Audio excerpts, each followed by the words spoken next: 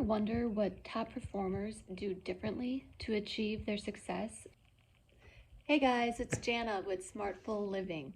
Welcome to Friday Faves. This is going to be a new feature on the channel, and it's meant just to be a quick little quip, a little few-minute video, just sharing little nuggets or things that have really helped me live more smartfully along my journey. So they could be little products like this, like Tribe of Mentors today, this book. Sometimes it might just be a simple idea or a little life hack. But yes, today's spotlight is Tribe of Mentors by Tim Ferriss.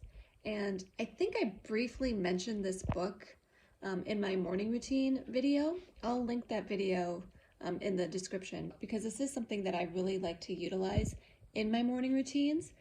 It just really gives a lot of wisdom from high achievers in all sorts of walks of life. And I love implementing this in my morning routine because they're quick little reads that just give me a wide angle lens on how to live life well, right? All right, so key takeaways from this book.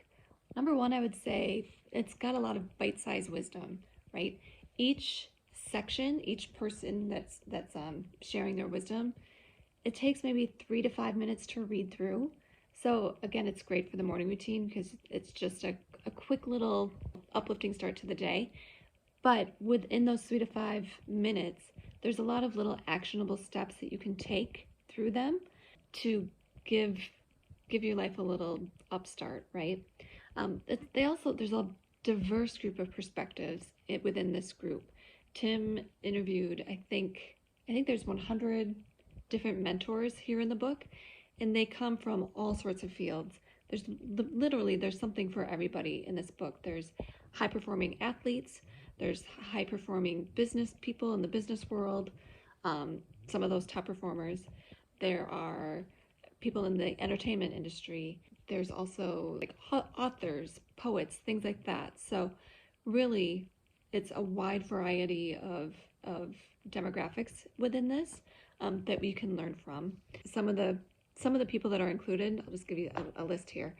Jimmy Fallon, Ariana Huffington from Huffington Post, Tony Hawk, Temple Grandin, Neil Gaiman, author Neil Gaiman, Brene Brown, Gretchen Rubin. Those are just a small little sampling of who's included in the book.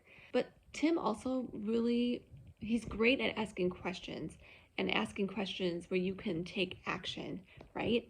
And he gave them 11 core questions, but then the book it just breaks down like the top responses, or the mentors could pick and choose which questions they felt they had the best responses to. So on average, I would say each mentor responds to maybe 5 or 6 of the questions. And it just really leads to practical advice that you can immediately implement into your own life. And it can be anything from routines or habits, mindsets, just a wide variety of things there.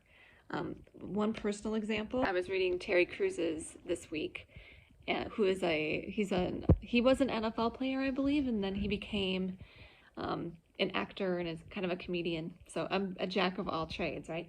But one of the books that he recommended was the Master Key System. This is the newest version of this. I got this from the library. But one of the questions that Tim Ferriss asks is, what is a book that you like to give to people? Which I think is a brilliant question. It's much more than just what's your favorite book. You're going to give people something that really spoke to you, that made an impact in your life, right? And so this book, again, it was the Master Key System. He talked about the law of attraction and how this really broke it down for him in a way that he could then start to see pretty drastic changes. So that was really cool. Just a little takeaway from this week, reading through this for me. This is actually, like I just mentioned, Terry Crews. This is a quote that he had at the introduction of his little section. In order to have, you must do. And in order to do, you must be.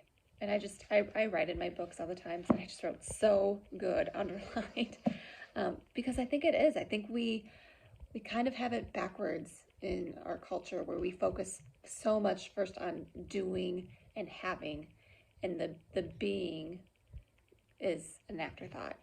But if we start with how we want to be in the world, how we want to show up in the world, and then take that and take that to inspire what we want to do and what we want to have, I think it's a much richer place to be. So that was just one little example.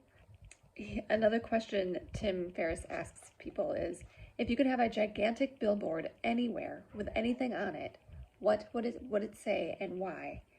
And he talks about, I'd rather die doing something I feel is great and amazing rather than be safe and comfortable living a life I hate. That just really spoke to me, because I'm not always good at stepping out of my comfort zone, and sometimes I need a little kick in the pants, right, to do that. So just a couple of other highlights.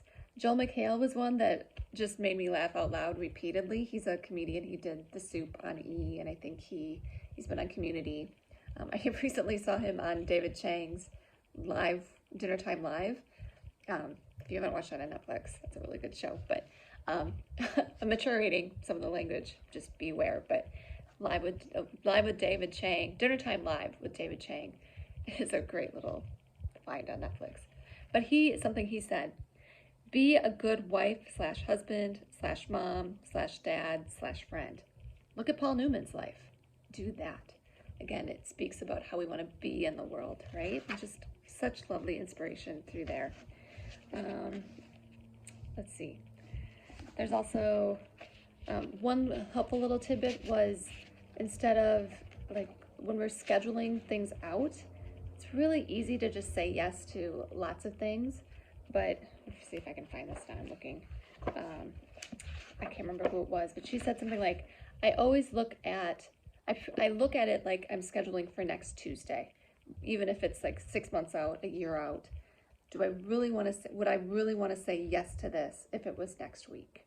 And using that as her litmus test for her schedule, and really prioritizing her time then based on that. I thought that was brilliant. So those are, like I said, just some of the little tidbits within the book, and I really strongly encourage you to check it out. I will post the link in the video description bar, along with just Tim's, he's got a website, so I'll link his website too. He's just a wealth of information. I think his focus is trying to help people get the biggest results with I don't want to say the least amount of effort, but he really tries to help people be efficient so that they don't have to work so hard, right? It's work smarter, not harder. I would say that sums up Tim's work pretty well.